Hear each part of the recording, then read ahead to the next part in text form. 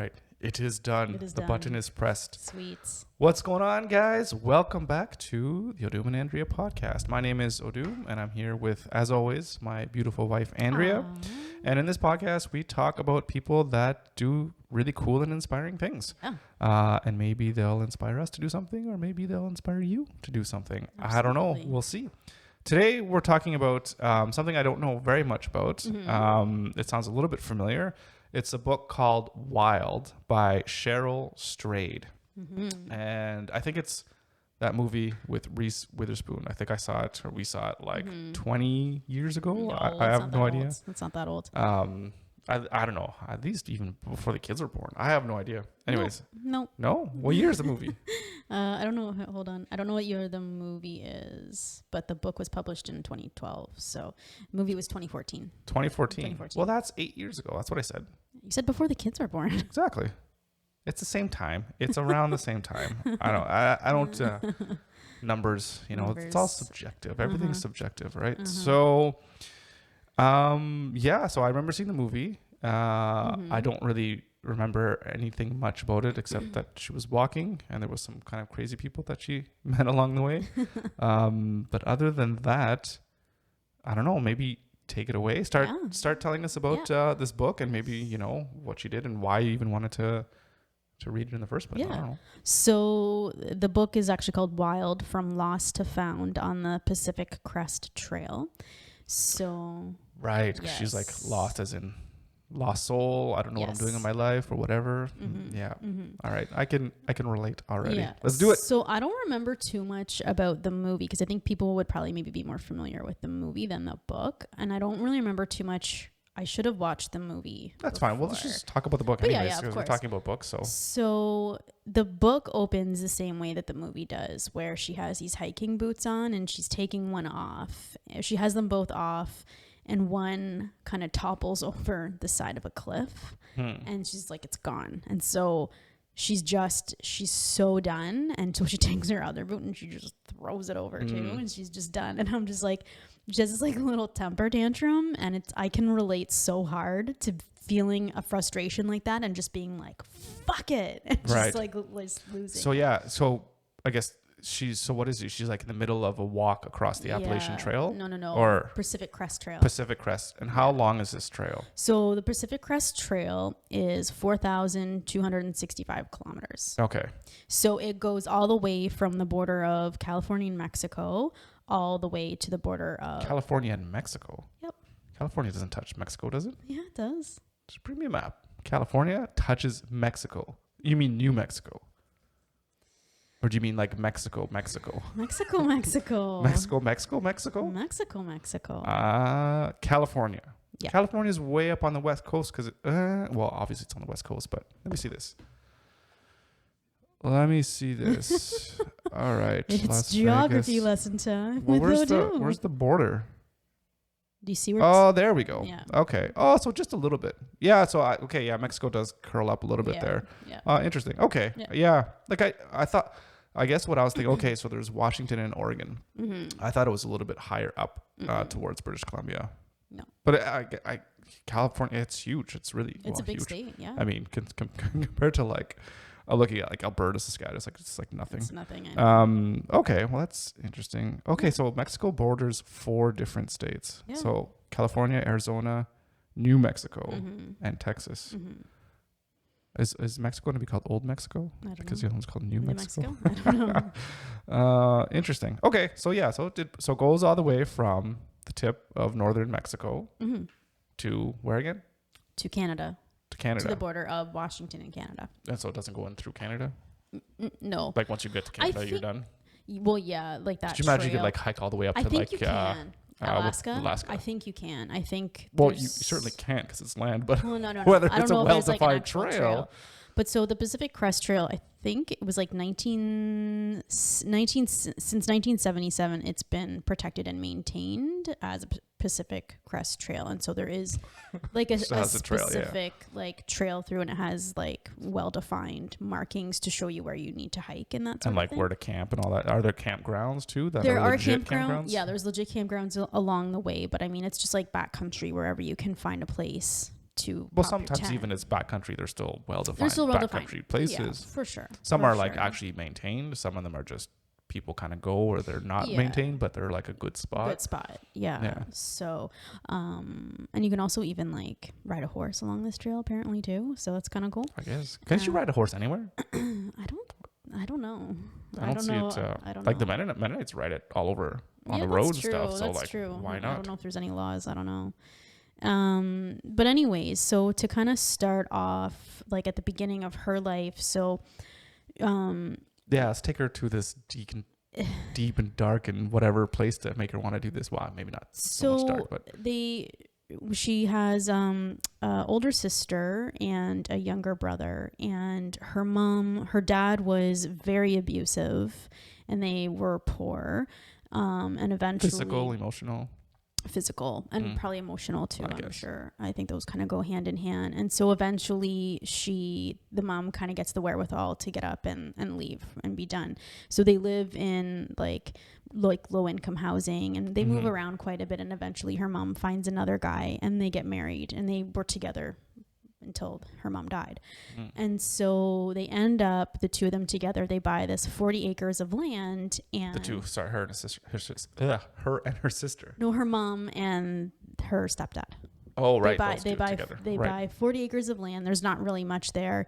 They kind of build their own house. They're without like electricity and plumbing for the first couple of years that they're there. Sounds like my kind of house. Yeah. And they eventually, like, her mom has always loved horses. So I think they get 1 or 2 horses there too, and all that kind of stuff. And so the outdoors is like really big, and like the stepdad would always take them camping. How old were these two then when they moved and started this? I don't know. Yeah, I'm not sure. I think she lived there from like the time maybe she was like 12 or 13ish until her mom died. So so she goes to university. Cheryl ends up getting married quite young at like 19. She finds this guy, just like falls head over heels in love with him, and then they just get married. And so they're in school at this time, like in university. Yeah. Do they meet in university? Yeah. And then when Cheryl is 22, her mom's diagnosed with lung cancer, and her mom's 44 when she's diagnosed, so very young, and she deteriorates very, very quickly. Right. Like, it's fast, and it's like, so it's unexpected that she gets cancer to begin with. Right, because she's not a smoker. She's not a smoker, and she's so young, and then it was so unexpected how quickly she died. So this was like absolutely devastating for Cheryl. She was so close to her mom, and it was just, she just didn't know how to process it. Right. And then at the same time, like, her mom was like the center of the family, and everyone kind of gathered around her. And so Cheryl was trying to do the same thing with her family. Like, once her mom died, was to try and kind of keep everybody together and in contact. When you mean her family, does she have kids with this? No. So her with brother, her sister, and then the stepdad. Right. And she just couldn't do it. Like, everybody just kind of drifted away and lost touch. And then Eddie eventually kind of gets remarried. Like, the stepdad gets remarried. And she just doesn't understand how he can move on so quickly, and all these type of things. So it's really hard. And then she feels like she can't really connect with her husband because he just doesn't understand this deep, like, profound grief that she feels, and she just can't get out of it. And she's just like, he's talking to his family, and I feel like he just can't comprehend like this pain I'm in. Yeah, right? that's a little bit of a tough thing, because I mean, obviously if someone hasn't gone through something like that, they don't understand what it's like, but that doesn't mean that they can't have empathy for that person and be there to support them. So that's kind of, I don't know. I don't know if it's unfair on the husband if he's trying or whatever, but if that's just her projecting to everyone else, like, no one can understand my pain, so therefore I'm going to put up walls or whatever the case may be. Yeah. I mean, understandable in, either way, right? Yeah. So they end up, they move to New York City because her husband gets like a PhD program, but he ends up like dropping out, and then they just kind of travel around the States, just doing like odd jobs and stuff trying like to that. figure stuff out. Yeah. And so they spend a bunch of time in Portland, Oregon, and she seems to really enjoy it there. She makes some friends there. Her husband has to go back to Minnesota because he gets a job in Minnesota, and that's where originally that they're from, is Minnesota. Right. So he goes back and she stays in Portland. And in the meantime, like all the stuff that's not a good recipe. No. For a successful And so marriage. when they were in Portland, like she starts kind of like experimenting with like other guys. Like at first it's just like, oh, I'll just flirt. And then it's like, oh, I'm just going to kiss one of these guys. It's not a big deal. And then that's cheating. And then it becomes full blown cheating. So, and then she tells him kind of that she's been cheating and they separate. Is that a thing? Probably number one, her not dealing with her mom's death appropriately, 100%. but then also like maybe that was like the first guy she was with or whatever, and just not having, you know what I mean? It's just like, it was more a result of she just has this hole she's trying to fill and she's trying to connect with people, but she's like not. Did you just say she's got a hole she's got to fill? I did. So she goes with guys. Okay. Oh, well then. Wrong. Yeah, I think I remember that part of the movie. Yeah. But I don't know. I have to see it again because I don't know. If I was like, I don't understand. Why is she just sleeping around with a bunch of guys? What kind of and that's what I felt in the movie because I remember being like, oh Jesus, like what the fuck, right? Especially if they don't really get into the dynamics of what her frame of mind was. Maybe I have to see it. I have to see the movie again. So maybe we'll watch it again. But and so then eventually what happens is she's still in Portland. Her husband that she separated from is in Minnesota. She hooks up with this guy named Joe, and then they start using heroin. And so she starts using it. People become really worried about her. Well, with good reason. She's like sleeping around with a bunch of different people and then doing hard drugs. That's cause for some type of intervention. And so that's kind of what happens is her friends kind of come and they get her away from this guy. It doesn't sound like he's like necessarily a bad guy, but just like bad influence or whatever, right? Just, and this isn't the guy for you, like what are you doing kind of thing. So then she finds, I mean, that's another thing too. A lot of people that are addicted to drugs or on drugs, it's not like they're not necessarily bad people. Not at all. It's just it's a bad situation for her to be in. So then she's on her way back to Minnesota and she finds out that she's pregnant with this Joe's baby and she's been doing heroin and everything. So that's not good. No, it's not good. So she gets an abortion, and then did she know whether there was any kind of damage to the baby or anything she like just that? Knew she it just was didn't want to have. You don't know unless you know, but and then at the same time, I think like kind of like in this same area of time, her and her husband end up actually officially getting divorced. And so, because they were back and forth, because they still loved each other a lot and they still really cared about each other. So it was this constant kind of back and forth. Do we stay together? Do we actually get divorced? Like, what do we do? I don't know. Speaking from a guy, I don't know if it's just a guy's perspective. It's more my perspective. But I mean, it's a difference if it's like one thing or whatever versus like I don't know. Does it say like how many different guys she was sleeping around with? Does it seem like a lot? I don't actually really know. Yeah, I don't think like a lot. But what is no. That's a point, right? Is it like every weekend there's a new guy? I don't kind know. Of thing. You know, maybe. Is it 5? 10? I mean, that's. But I don't think. I don't know. You know, either the point being a lot. Anyway, anything more than one, you know, in that context is like. But I think the point for me, in terms of like, this is not going to work because. But I think the point was it wasn't even about.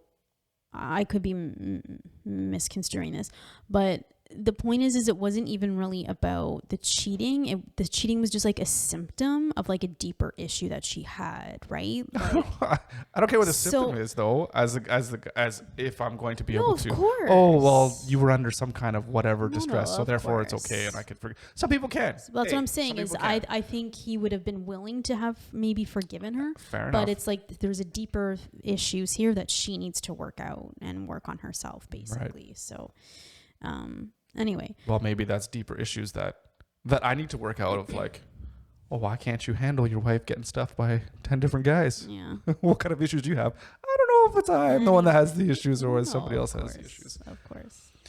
Anyways. So eventually Crazy. she has to go into this outdoor store, and I don't know, I forget why it was that she has to go in there, and she just kind of sees this like pamphlet for the Pacific Crest Trail, and it just speaks to her, and so she... Well, I guess it makes sense because she was kind of raised outdoorsy. Yeah, exactly. Right. And so she sees it, and then she doesn't really think much of it, and then she leaves with her purchase, and then she goes back and she buys it because she's just like, there's something about this. Just the guidebook, yeah, kind of like the ones that we have for those outback adventures or whatever. Exactly. Yeah. And so so she kind of thinks like, she kind of realizes like something has to give here. Like, I'm divorced, I just had an abortion, I've been on heroin, like I need to figure something out. And so she thinks that if she can walk this Pacific Crest Trail for 3 months, then maybe she can get back to the person that she was before her mom died. Yeah, or just find some kind of internal peace or whatever. And what she says, like it's like a hard reset almost, like of her whole life. So she says it was a desperate call to action for herself. So she starts in it's a little town called Mojave in California. What's really interesting about this book, she's a beautiful writer, and there's some books where like they go forward and backwards in time and they don't do a really good job. It's very like abrupt. The way she does it is just really natural, going back and forward in time, explaining kind of her challenges and why she has her challenges. So she does a really good job of that.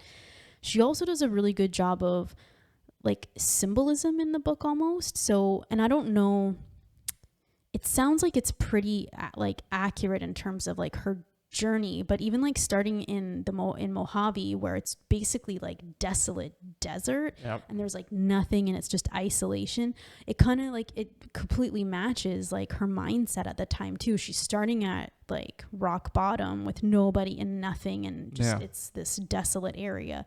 So it was really interesting like how it started, and even how she writes, it's like she just sounds like so numb, like just there's like not a lot of feelings. It's just like, I just know that I need to do this. And then as the book goes on, there's more, she's not as numb, and there's more feeling and more description of the places where she is. It's very interesting. It's so very maybe it's just written in a way that like you almost, the way that she writes puts you the reader into the same mindset that she was at, maybe, in terms of just being really stoic about how she's writing. I don't know. Yeah. But then as it goes off, it just like, it's almost like it starts black and white, but then ends up in color. Yeah, absolutely. Almost. 100%. Do you think someone like this, who like I'd imagine this was her first book, maybe she's not an author. What did she go to school for? No, she is an author. Oh, well, I know she's an author. No, this is what she always wanted to do, was to write. To be a writer. Yes, okay. So what did she go to school for? English. Oh, okay. Yeah. So, and did she get her degree? She finished? Yeah.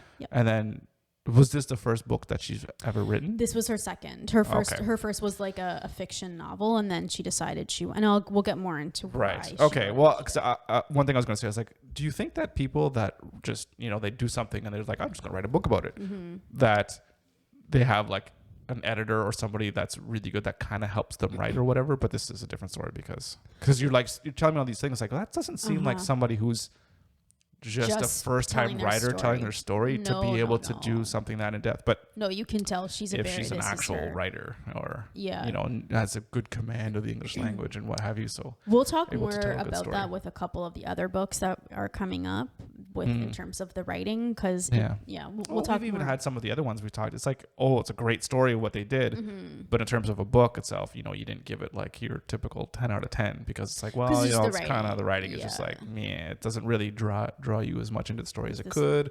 Whatever. And that's just writing style and writing. Yeah, of course, experience. Ability. Yeah. So she starts out, and of course, like, she basically sells everything she owns except for her truck. Her truck's at kind of like the end of the line waiting for her. She sells everything she owns. Sounds familiar. Who's done that? Who do we know that has? I don't know. What kind of crazy people sold everything and said that they're embarking in a lifelong or a new life journey to put everything back. So she gets like all the gear she needs, and she packs this like big, backpacking pack. Yeah. And so she calls this thing, she can barely walk with it. Like, it's gigantic. It's like way overpacked stuff she definitely doesn't need. And it's like, because she doesn't know. I think. Well, in the what I remember in the movie, it's like she's camping and she's like she doesn't even know like what to bring or how to even do things, which is weird though because she was supposedly raised outdoors. She even buys the wrong fuel for her little stove. Yeah, and even her boots, and we'll get into her boots. But her boots are not even the right size for her. Yeah, that's really weird. Yeah, so but she calls her big pack monster because it's so giant. But at the same time, like it's a metaphor for all of her baggage, I guess, right? Like it's this big metaphor. And she says it was my burden to bear of my very own ludicrous making, and yet I had no idea how I was going to bear it. So it's it's kind of like that monkey on your back kind of thing, all your baggage that you have to carry. So it was, I thought that was just really well done.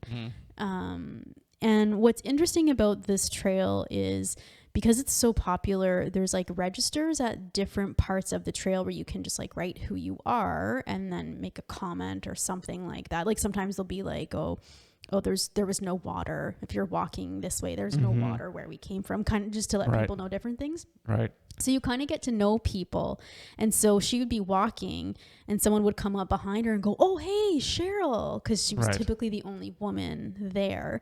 And so even though she's alone, there's kind of like this unspoken kind of community, and you catch up with people and kind of know who they are because of the register that's been there.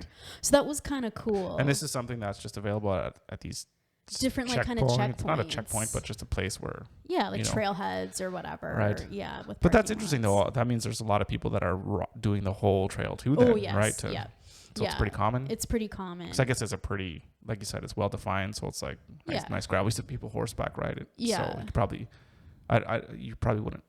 I bet you could probably even bike some of those parts of trails, like a mountain bike. I don't know. Yeah. I mean, that's what people ride mountain bikes about. I mean, there might be some parts where it's whatever, but yeah, for sure. So yeah. But anyways, nice. Like even some of the trails that we go to, right? Like that's really well.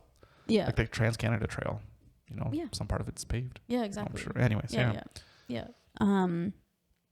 So there's different kind of like campgrounds or like kind of resupply stops along the way. And so what happens is she has a friend, she's made like these packs for herself, and her friend in Oregon mails them to her at different points. So then she has like, she can kind of like restock on her supplies and resupplies of food or whatever. Yeah, exactly. There's money in there for her too. Yeah. And so like her own money, or her friends just giving her money? No, her own money. Yeah. That's not back in the day when you just had your phone just like tap to pay or whatever, right? So back in the day, anyways. Interesting. What's interesting is, and like she meets a lot of people along the way, and there's times where she has to get off of the trail and get back on it. Like she has to take kind of like little detours, and she does like a lot of hitchhiking as well. And she has some kind of moments where she's not sure about the people she's getting a ride from. And even when you're reading it, you're just like, oh, is this going to end well? Like, I don't know about this.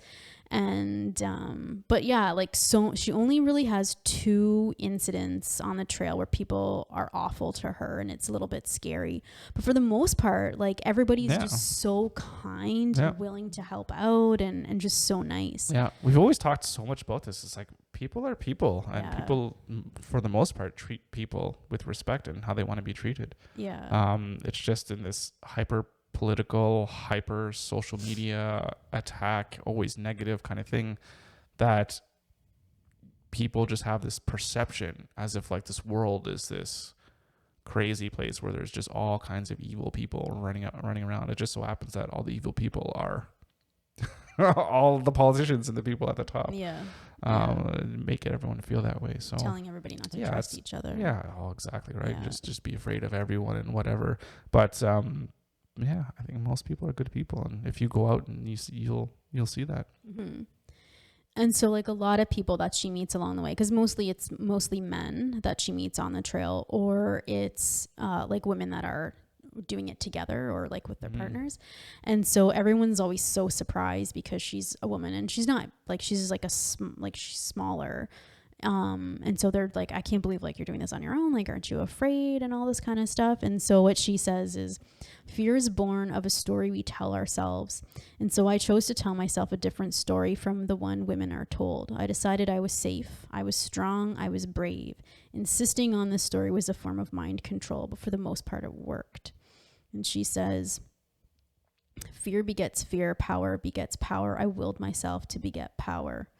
So, yeah. So Yeah, that's something. That's a lesson that so many people need to take. Yeah. Even especially in times like what's going on now. Yeah. People are so afraid. Yep. And it just builds and it builds and builds and builds, and it gets to the point. You know, sorry, I don't always want to go into, you know, talking about politics or whatever, but I mean, like with this whole pandemic thing, you know, how many times is it where you're just walking outside on a beautiful sunny day, you know, and then you're passing by somebody and they shuttle over or they move over or they're like frantically running to put a mask on just as you pass them by from like, and that type of thing is just constantly being conditioned to be so afraid and so fearful of like everything and even just living.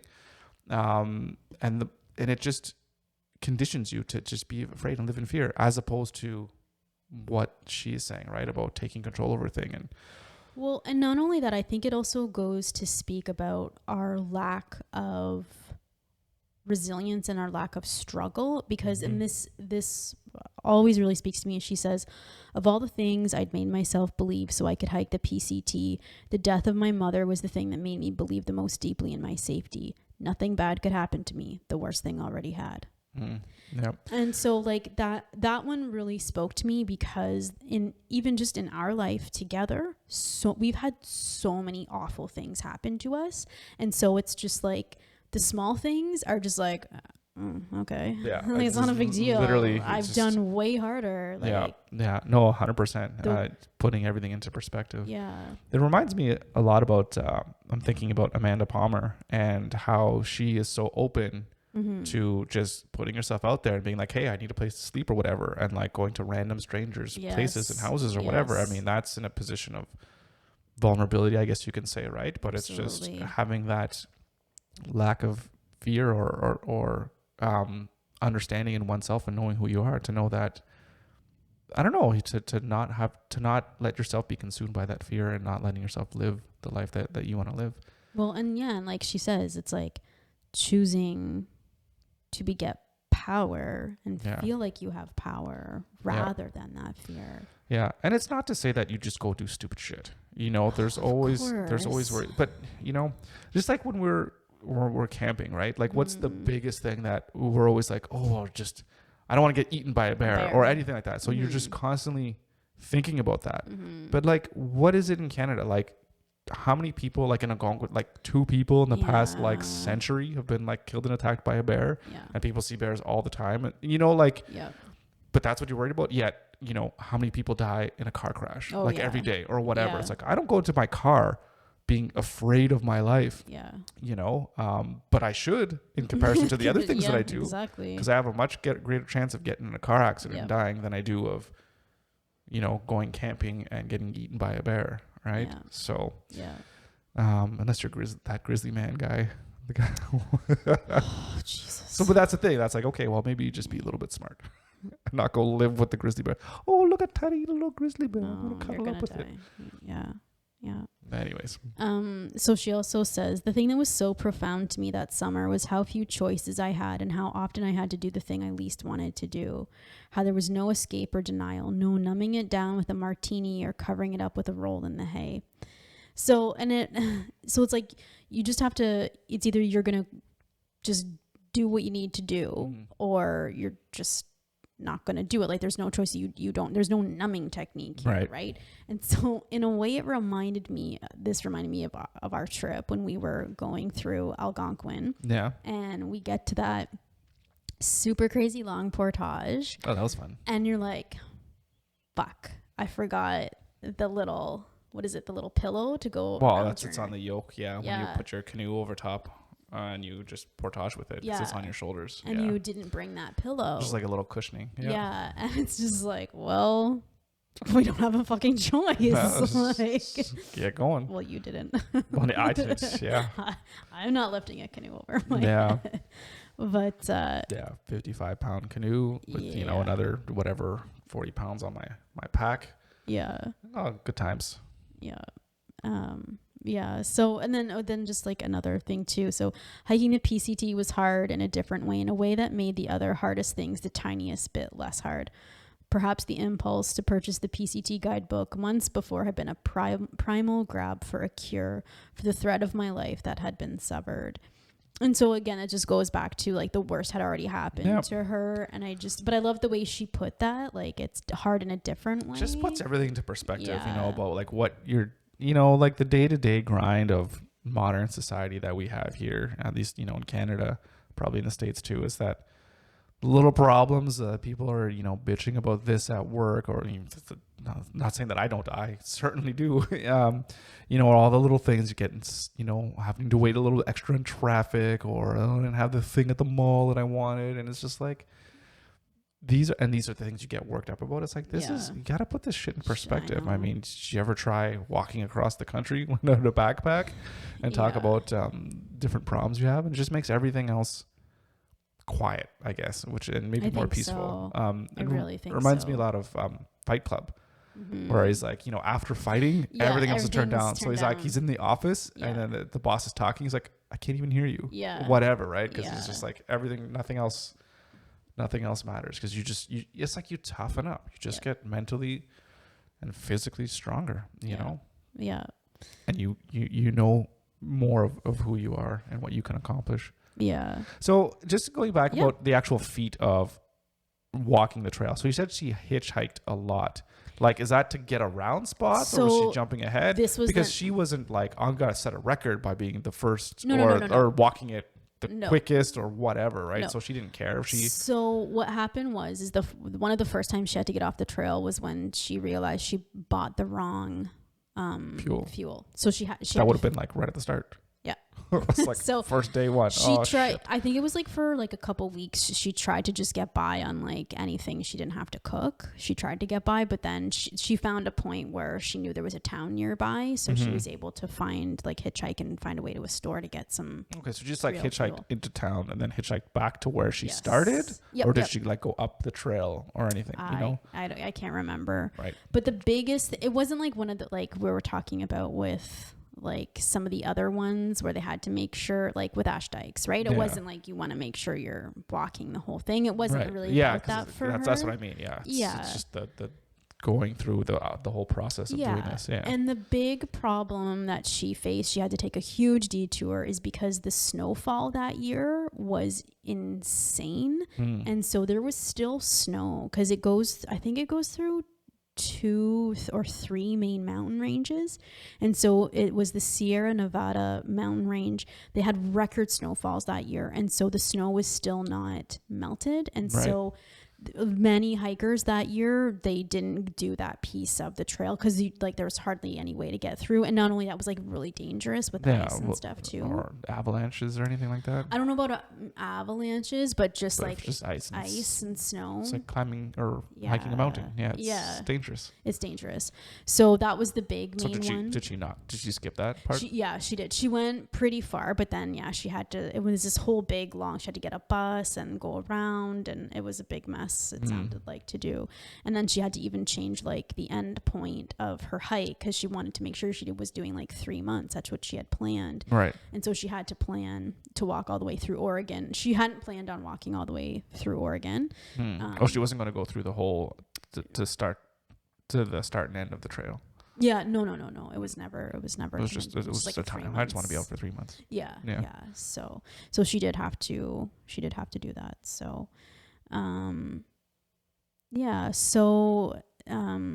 So that was the main kind of detour, and she kind of meets people like along the way that kind of help her out, and she talks about I forget what it's called, trail magic.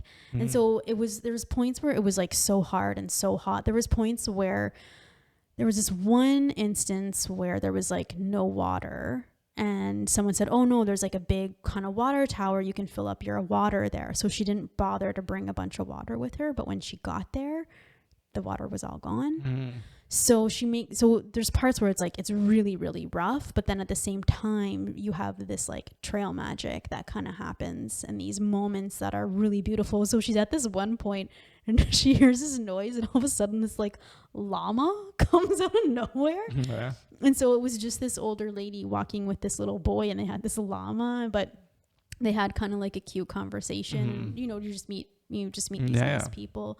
Some people that she had kind of been hiking with, they had left ahead of her, and there was a picnic table, and she got to a picnic table, and they had left her like a peach and a little note like saying enjoy the peach kind of thing. Yeah. So all these little things, and she had lots of people like along the way that would kind of help her out and just kind of seemed to want to help her out. Right. So it was it was really like a nice just like those nice little things that kind of happen. So I guess on that trail too, you're always close enough ish to civilization. Like if there was ever any. No, I don't some think parts so. is pretty. I think it's pretty remote. Yeah. Well, I mean, you're going through California. California's pretty populated. Yeah. I mean, to a certain point, right? Like, I mean, again, Algonquin Park, right? When I mean close by, like, you can still, within a couple days, you can get to somewhere. Yeah. Unless you're, like, really deep in these Really points. deep, That's all. Because especially if they're well maintained, I mean, someone's got to be driving there to maintain it. Yeah. I guess. I don't know. I don't know. But yeah, I guess there could be some parts, obviously, that are a lot more remote than others. Yeah. Yep. And so she does meet like a couple wild animals along the way too. Like, well, yeah, for 3 months, yeah. Yeah. So we start reading what's his Adam Schultz book? Oh yeah, I know. Musk Ox. So she only sees like 1 or 2 bears, I think. Not as many bears as you would think. Bears are very shy and timid, right? So they're not gonna. They'll hear and smell you way before you do. So they'll more often than not hightail it out of there. Yeah, it sounds like the biggest thing that she sees like a lot of that is actually dangerous are rattlesnakes. Like she almost steps on them I don't know how many times.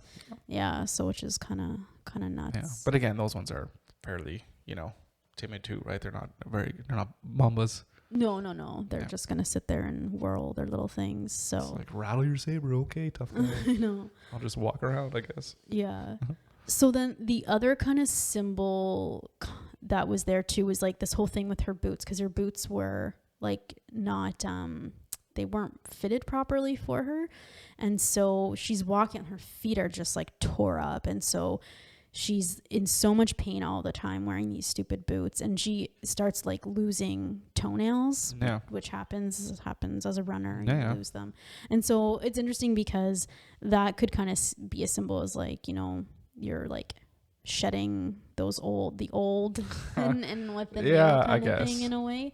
But then the other thing is like the boots almost like kind of came to symbolize like almost like her stubbornness, and like there's sometimes where you can see like her thinking is changing and she's able to move forward, but then she kind of goes backwards and has like negative kind of self-talk and thoughts, so she's kind of going back. So it's almost in a way you can see like the boots are like her struggle against like being stubborn and not wanting to change. She eventually does. It's almost like the store that she bought them from is almost like mech, where you can just like exchange it for whatever. So she does eventually get a better fitting pair of boots, and it's better. So you can see it's like, but that wasn't kind of until towards the end.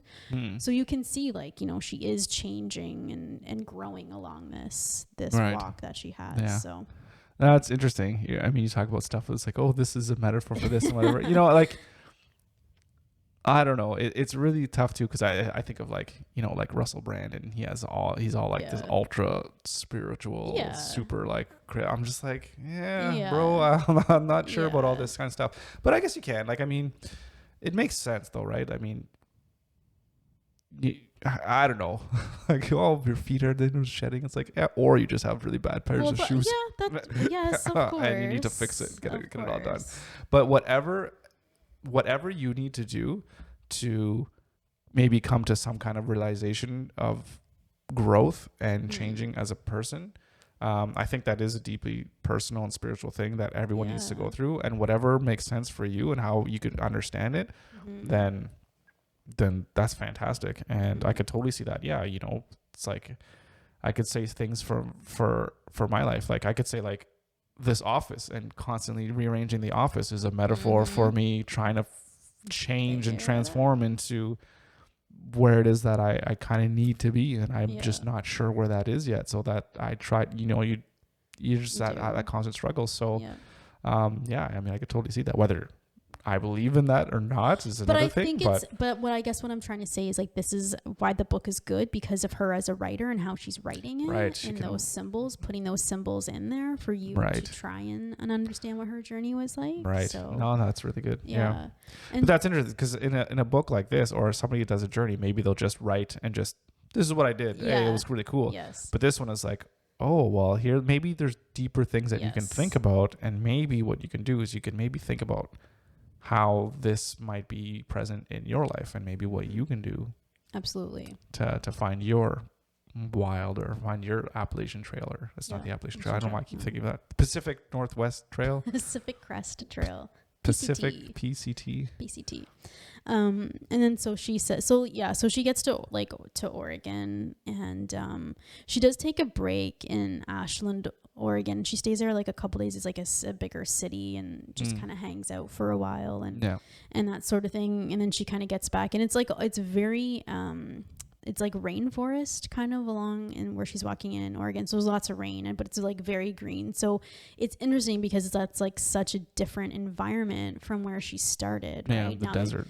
Now it's black and white into the color. And now, exactly. And it's like you have this kind of like this rebirth and this like growth, right? And so she says, perhaps being amidst the undesecrated beauty of the wilderness meant I too could be undesecrated, regardless of what I'd lost or what had been taken from me, regardless of the regrettable things I'd done to others or myself. The wilderness had a clarity that included me. So it's like she's starting to kind of realize, like, I don't need to do all these things. And even when she's thinking about getting into Portland, into Oregon, which is where she had met Joe with the heroin and everything, and she says she doesn't even really want to, like, she has no desire to use heroin again. And she said, maybe I never really had. I'd finally come to understand what it had been, a yearning for a way out, when actually what I wanted to find was a way in. I was there now, or close. A way into what? A way in. I think to connect. Into life? Yeah, and to connect with herself and her family and stuff. So, yeah. So, and then, so everybody had kind of like, all the people kind of like had trail names. This is kind of a thing. I guess you get a trail name. So there was two guys. They were called three of them, I think, together were called the Young Bucks. Okay. Because they were like young. And so she was always so afraid. She's like, I don't know what my trail name is. I don't think I want to know. Because she felt, compared to all the other hikers, she felt so like unprepared and like such a rookie and just like a noob and someone who didn't know what they were doing at all. And so... She goggins it. So her trail name ends up being the Queen of the PCT. Huh. Because the Young Bucks. That's not a bad. That's not a bad one. Yeah, but I guess like the Young Bucks were saying like, everyone like gave her things. Like she was always getting things, and people were always wanting to do things and help her out. And so it's like you're kind of like, takes a little pity on this one who doesn't know what she's doing. Yeah. She doesn't even have fuel. Oh my god. I know. Yeah. So I know. So she reaches the end of her hike is at the border of Oregon and Washington, and it's called the Bridge of the Gods. I remember that. You remember that scene? I guess. Yeah. Well, it's the end, I guess. Yeah, and so she's 2 days away from her 27th birthday at this point. And so she says... Oh, so she's so young when she's doing this. Oh, yeah. And so she says she has gratitude not just for the long walk, but for everything I could feel finally gathered up inside of me, for everything the trail had taught me and everything I couldn't yet know though. I felt it somehow already contained within me. So it's like, even she learned a lot, but she knew there was still a lot she was going to have to process afterward, that like more lessons that would kind of come out. And I think like that's why it took her so long to write the book, eventually put pen to paper and write about how long did it take from when she finished to actually writing the book? I think she did it in like, I want to say 94. It's when she did the walk. Yes. And the book was published 2012. So yeah, so quite 94 to 2012. That's 18 years, if I'm not mistaken. Yeah. So no, that's not. Is it? I can't do math. I don't know. So then eventually, like, she ends up then moving to Portland and living in Portland after the walk. And 4 years later, she gets married, and then again, and then she has two kids, and then she goes on to become like a writer. She has articles published in different magazines, and then she writes her novel, which is what she had always wanted to do. And then she wrote Wild, and I think she wrote another one afterwards, another book. And I feel like that would just be, I don't know, the whole entrepreneur thing, or just even when maybe an author's will be different if you're bound by like a publisher or whatever, but at the same time you're just, when you feel like working, you work, and when you don't want to, you don't, and you just have that flexibility and that freedom to just do your work whenever it kind of sparks you. And I can imagine for an author doing something like that, it's like you can work you probably work all the time because it's just something that you love to do. So that's really cool. Just the last thing I'll add about it is when they were going through the divorce, she could have and did completely change her last name. And so like it was kind of like her opportunity just to kind of like start fresh in a way. And so she changed her last name to Strayed. So she really liked that's not even her mom's no name? She just made it up.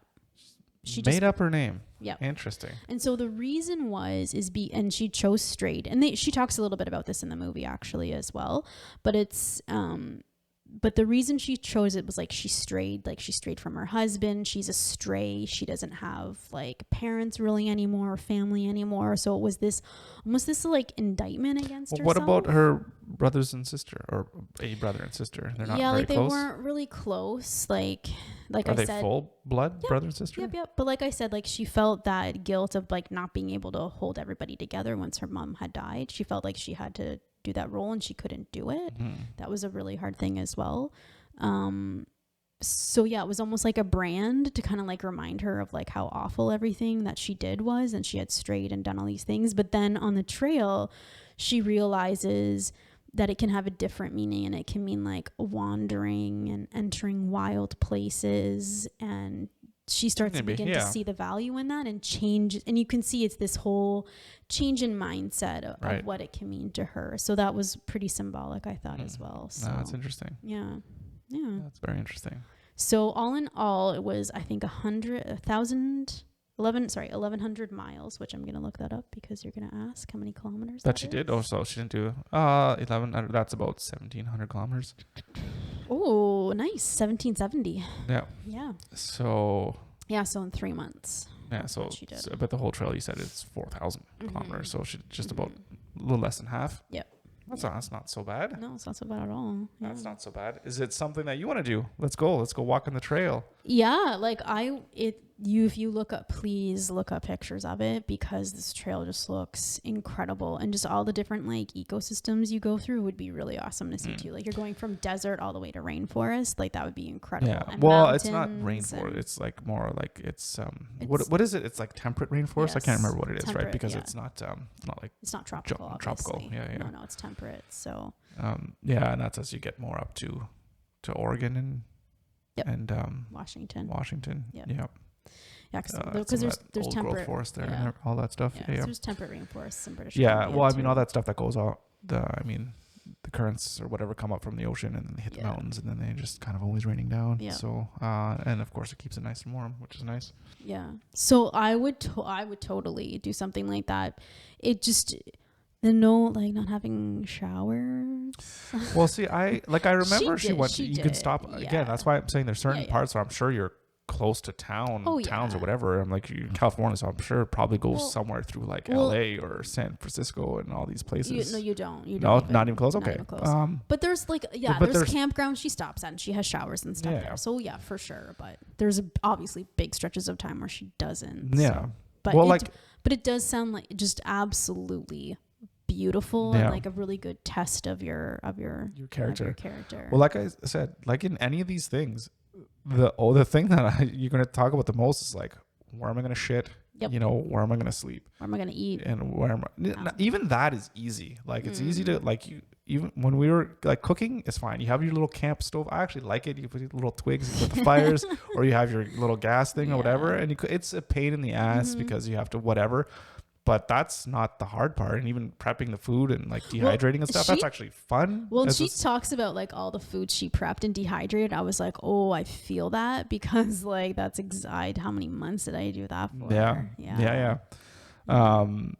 Like that's the easy stuff. But again, it's like it's getting comfortable with like basically like the bodily functions. It's like, where is that gonna go? Like that's always the biggest kind of thing. And then of course, like, well, I'm just gonna stink all the time.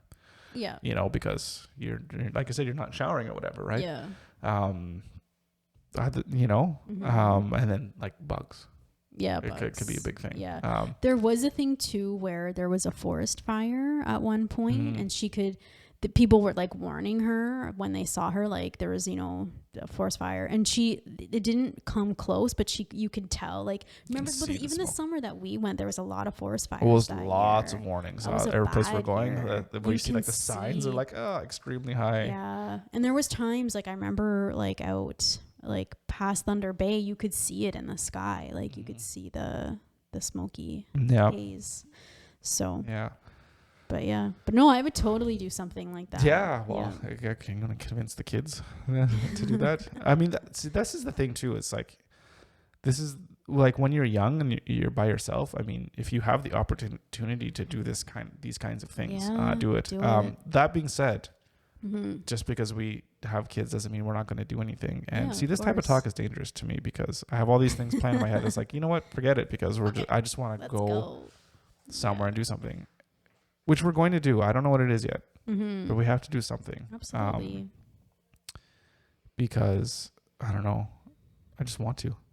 I want to have some type of adventure. It doesn't have to be crazy. Well, the one thing I thought about a lot when I was reading this was that Cloche. I don't know how to say it. Cloche, yeah, that trail in Killarney. Yeah, and that's what, like a 10-day. But that's like nothing. That's like a 10-day. Like I'm like something like that where it's like a couple months and you're out there. Yeah. But again, too, it's one thing to do that on your own, but it's another thing to drag kids when the kids right now, they're not at a point in their life where they have to rethink their whole life's being and be like, well, I need a 3-month super hard long trail thing, right? But I think it's good when you know what struggle is. And like I've talked to them about that, and I was like, do you remember that breakfast? Like after when we got out of our backcountry, I was like, that's the freaking best breakfast I've ever had. Right. That shower, even though it was in a disgusting public shower, was like the best shower I've ever had. And I think it was really cold too. I don't think there was heat. The water was too warm. No, it was fine.